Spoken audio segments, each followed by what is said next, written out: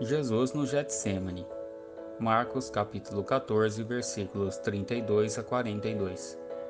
Esta passagem trata do sofrimento vicário de Cristo, em momentos antes de ser entregue aos traidores para padecer pelos nossos pecados.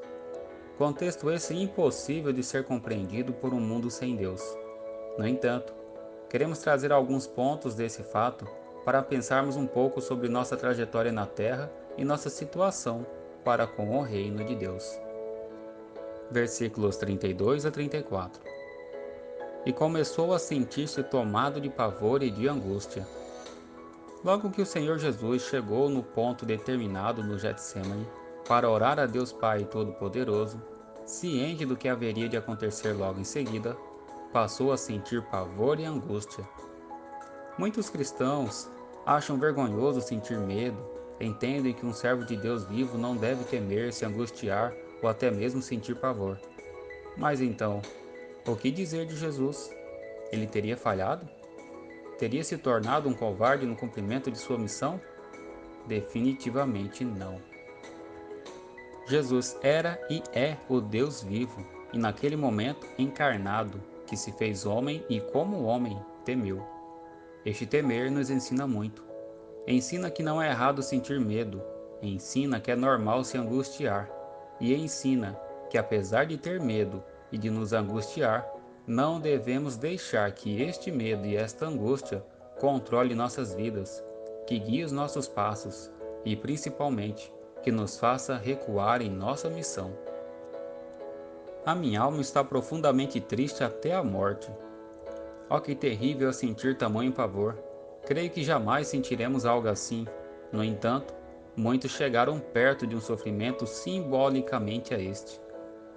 Quantos cristãos foram jogados vivos na fornalha por não negarem ao Senhor? Creio que ao perceber que o que aconteceria, esses servos sentiram na pele algo simbolicamente aproximado ao que sentiu nosso Senhor. Esperamos nunca passar por essa situação. No entanto, se isso ocorresse hoje, como estaria o nosso coração? Nós cumpriríamos a missão? Versículos 35 e 36. E adiantando-se um pouco, prostrou-se em terra e orava para que, se possível, lhe fosse poupada aquela hora, e dizia: Abba, Pai, tudo te é possível. Passa de mim esse cálice. Contudo, não seja o que eu quero, e sim o que tu queres.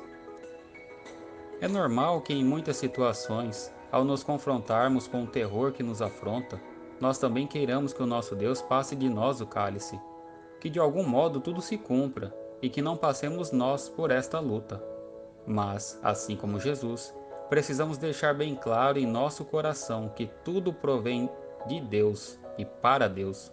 Por isso, após pedir ao Pai que passe de mim esse cálice, devemos também pedir forças para dizer: contudo, não seja o que eu quero, e sim o que tu queres, Senhor. Jamais poderemos dizer: é só, como se fosse fácil entregar nas mãos de Deus uma situação como essa. E sim, de fato, devemos nos entregar em suas mãos.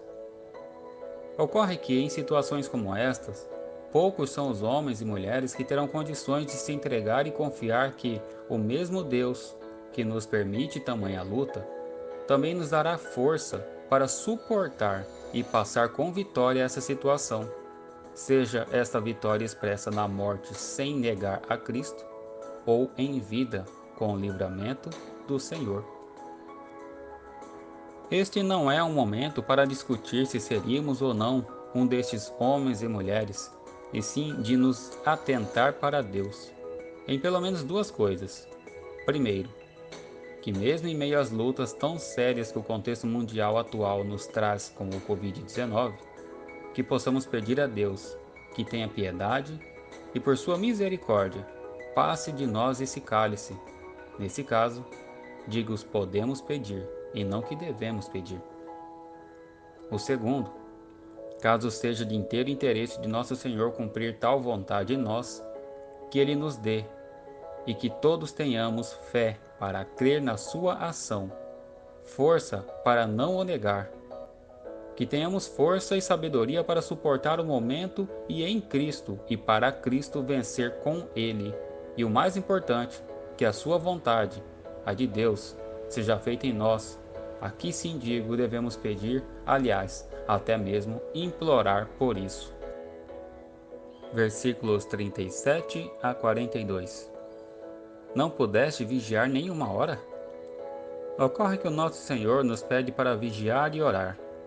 A presente ordem nos é indicada para evitar que caiamos em tentação. Em outro momento, veremos que essa atitude serve para nos manter perto do Pai, para nos permitir preservar e fortalecer nossa comunhão com Ele, e ainda estarmos preparados para ouvir o seu chamar. Vigiai e orai, para que não entreis em tentação. O espírito na verdade está pronto, mas a carne é fraca. Infelizmente, nas duas vezes que o Senhor Jesus se encontrou com seus discípulos naquele dia, os encontrou dormindo. E este dormir tem muito a nos ensinar. Veja que, assim como os discípulos dormem enquanto nosso Senhor trabalha, muitos de nós também estamos dormindo enquanto nosso Senhor trabalha. Quantos de nós estão afastados de sua obra? Quantos de nós já não ligam mais algum dispositivo para ouvir uma palavra ou um louvor ao Senhor, mas ficamos ouvindo vídeos engraçados nas mídias sociais sem qualquer discriminação? Quantos de nós não lemos mais a Bíblia, mas lemos todo tipo de piada e de mensagem de autoajuda que recebem por meios digitais e mesmo mensagem de efeito? Quantos não mais oram a Deus, não cantam louvor, mas levam muito tempo vendo séries, filmes, lives de artistas? É hora de despertar, meus irmãos. Será que, assim como no caso dos discípulos, nossos olhos estão cansados e não sabemos a razão? Clamemos ao nosso Deus para abrir nossos olhos, para que assim como Bartimeu, o cego de Jericó, possamos voltar a ver. Precisamos vigiar e orar não só para que não caiamos em tentação, mas também para não sermos pegos de surpresa pelo Senhor Jesus, ouvindo-os dizer: ainda dormis e repousais? Basta, chegou a hora. Se nossa hora chegar agora, como estarão nossas obras diante de Cristo? Levantai-vos, vamos, eis que o traidor se aproxima. Entenda que, no nosso caso, o traidor nunca esteve longe. Ele sempre esteve e está em nosso derredor. Que Deus nos abençoe. O texto. Então, foram a um lugar chamado Getsêmani. Ali chegados, disse Jesus a seus discípulos: assentai-vos aqui, enquanto eu vou orar. E levando consigo a Pedro, Tiago e João, começou a sentir-se tomado de pavor e de angústia. Ele lhes disse: a minha alma está profundamente triste até a morte. Ficai aqui e vigiai. E adiantando-se um pouco, prostrou-se em terra e orava para que, se possível, lhe fosse poupada aquela hora. E dizia: Abba, Pai, tudo te é possível. Passa de mim esse cálice. Contudo, não seja o que eu quero, e sim o que tu queres. Voltando, achou-os dormindo e disse a Pedro: Simão, tu dormes? Não pudeste vigiar nenhuma hora? Vigiai e orai, para que não entreis em tentação. O espírito, na verdade, está pronto, mas a carne é fraca. Retirando-se de novo, orou repetindo as mesmas palavras. Voltando, achou-os outra vez dormindo, porque os seus olhos estavam pesados e não sabiam o que lhe responder. E veio pela terceira vez e disse-lhe: ainda dormes e repousais? Basta, chegou a hora. O Filho do Homem está sendo entregue nas mãos dos pecadores. Levantai-vos, vamos, eis que o traidor se aproxima.